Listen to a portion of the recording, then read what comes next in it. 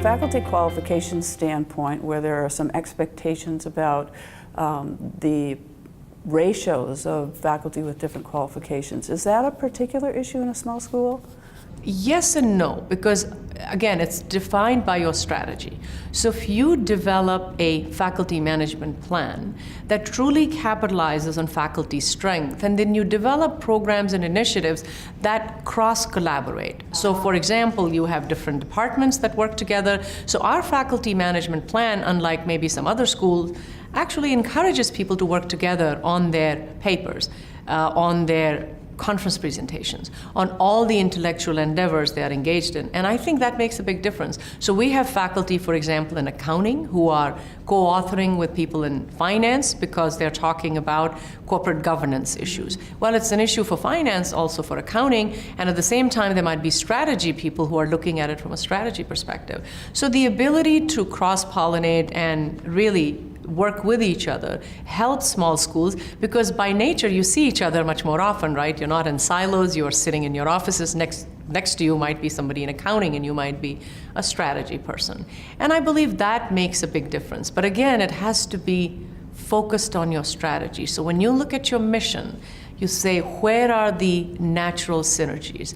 For us, it's been a benefit that we are a small school and we have been able to cross-collaborate across sometimes schools as well. As you know, one of the directions we see many business schools going now is to be more multidisciplinary, as to engage in more collaboration, and you would be at the cutting edge or the front of that with that small school advantage. That's very true. We also have, for example, a Center for Innovation and Corporate Social Responsibility.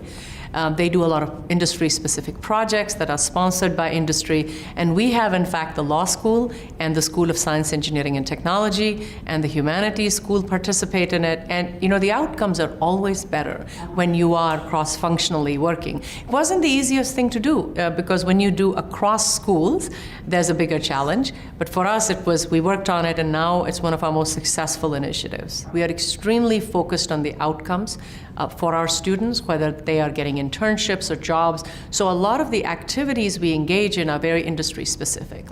We bring in industry executives, not simply for that occasional guest lecture, but we have them participate in even our curriculum development process.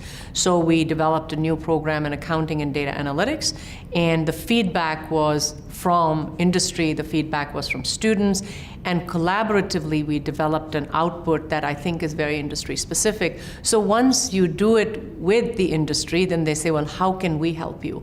And they become your resources, whether it's funding that little finance lab that you need money for, or that lecture series that you might be bringing in. And I think that is one of our biggest differentiating advantage, and that's becoming the norm more than the exception these days.